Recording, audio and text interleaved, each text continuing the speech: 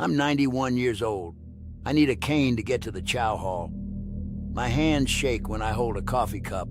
Back in '74, these same hands killed a man with a kitchen knife in a juke joint off Beale Street. One of them held a guitar for 30 years before that night. Neither one's held a guitar since. My name is Clarence Mitchell. Folks called me Shorty on account of I never grew past 5'4". I've been in this place for 52 years. 52. I came in here when Nixon was president. Gerald Ford took over 6 months later. I've outlived 7 presidents and most of the men I came in with. I'm the oldest inmate in the state of Tennessee. They keep me alive with pills I can't pronounce, and a nurse who checks on me every 4 hours like I'm some kind of exhibit. I ain't the man who walked in here in 1974. That man's been dead a long time, but I'm the one still paying his bill. I grew up in South Memphis. Grew up poor.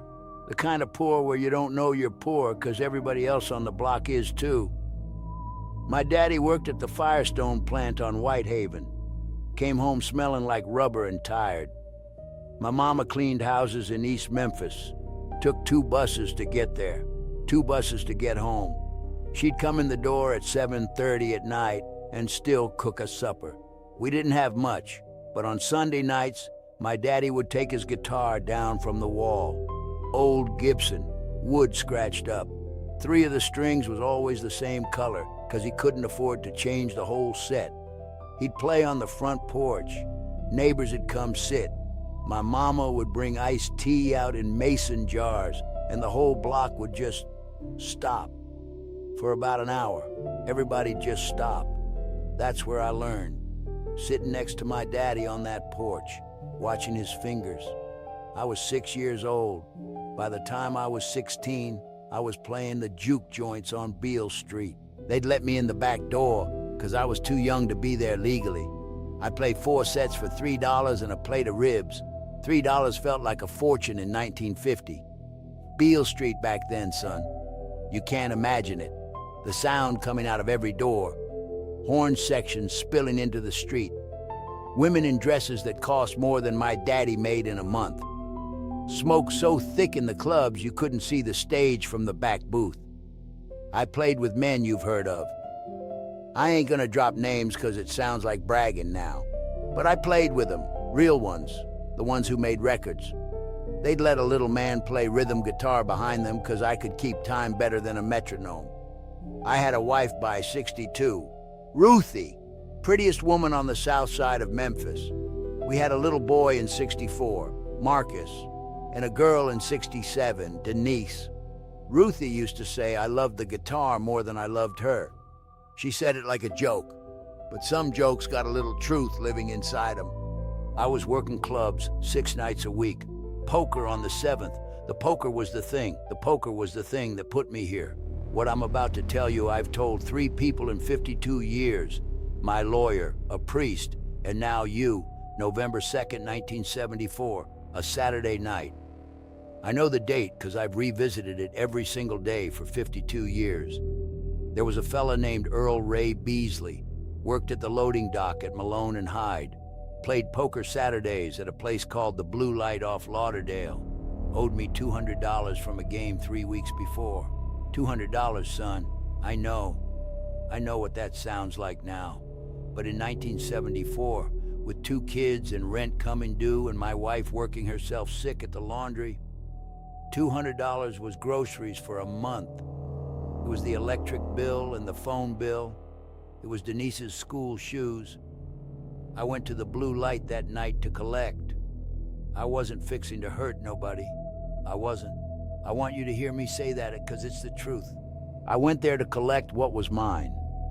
Earl Ray was already drunk when I walked in. Drunk and loud. That kind of drunk where a man's got something to prove and no one left to prove it to. I asked him for my money. Quiet.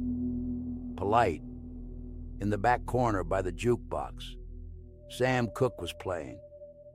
A change is gonna come.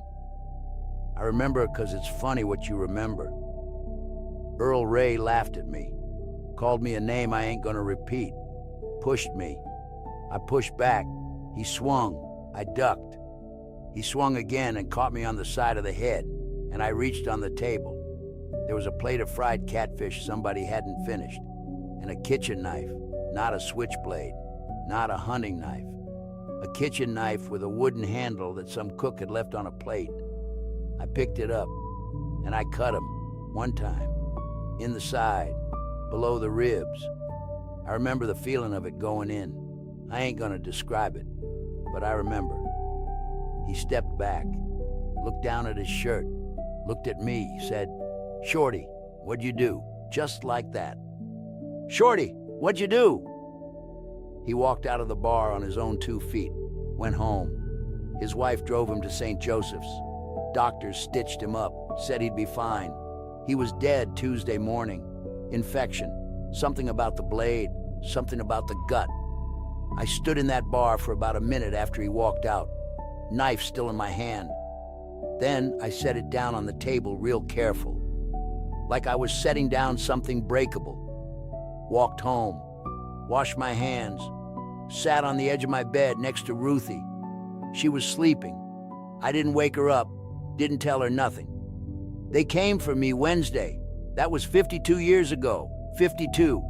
You want to know what 52 years costs a man? Ruthie waited 9 years. 9. She come visit every Sunday with the kids in the back of a Greyhound bus, 3 hours each way. Then one Sunday in '83, she come alone, sat down behind that glass, and she told me she couldn't do it no more. I didn't fight her. How you gonna fight a woman who gave you 9 years of Sundays on a bus? She remarried in '86. Good man, postal worker, raised my kids. Marcus calls him Dad. I don't hold that against nobody, but I hear it, and something inside me goes real quiet. My mama died in 1991. I wasn't there. Couldn't go to the funeral. They denied the furlough. She was 74. Same age I'd be in a few years. I didn't get to tell her goodbye. My daddy passed in '99. Same thing. Denied the furlough. The Gibson guitar, the one he played on the porch, it went to my brother. My brother sold it for $400 to pay for the headstone. I understood that. I ain't mad about that. But I think about that guitar sometimes, where it went, who's playing it now, if it's even still being played. Marcus come visit me twice in 52 years. Twice. He's 61 years old now, retired from the phone company. Got grandkids I ain't never met. Denise ain't come once. Not once. She's 58. She don't know me. I'm just the reason her stepdaddy had to raise her. But you know the thing that kills me, son. The thing I can't let go of? These hands. I played guitar for 30 years, from 6 years old to 36. I could play Stormy Monday so slow it'd make a grown man cry. I could do a Chet Atkins run at double speed and not miss a note. My fingers knew things my brain didn't know. I ain't touched a guitar in 52 years. They had one in here once, in the chapel, 1987. I picked it up, held it for about 10 seconds, put it back down. I couldn't do it. I couldn't let these hands make music after what they made instead. I think about Earl Ray Beasley every day, every single day for 52 years. His wife was named Loretta. I found that out at the trial. She had 3 kids. The youngest was 2 years old when I cut her daddy. She's 54 now. She never wrote me, never come to a parole hearing, never said nothing. I don't blame her. What would she say? People ask me, "Shorty, you've been in there 52 years. What have you figured out?" I ain't figured out much, son.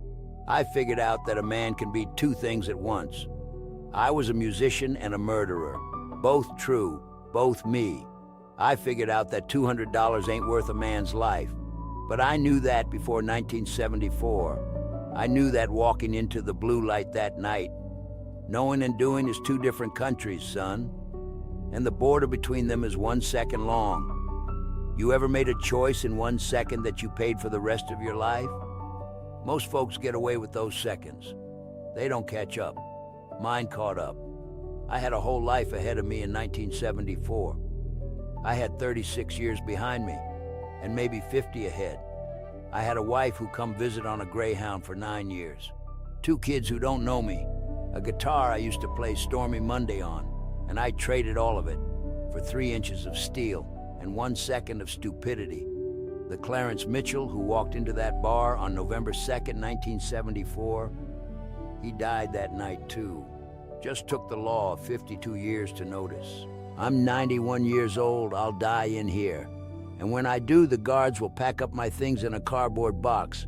Ain't much in it. A Bible, a letter from Marcus from 1998, a photograph of Ruthie holding Denise on the front porch in '68. And these hands, son, these hands that could have made music for 60 more years. I didn't just kill Earl Ray Beasley that night. I killed every song I was ever gonna play.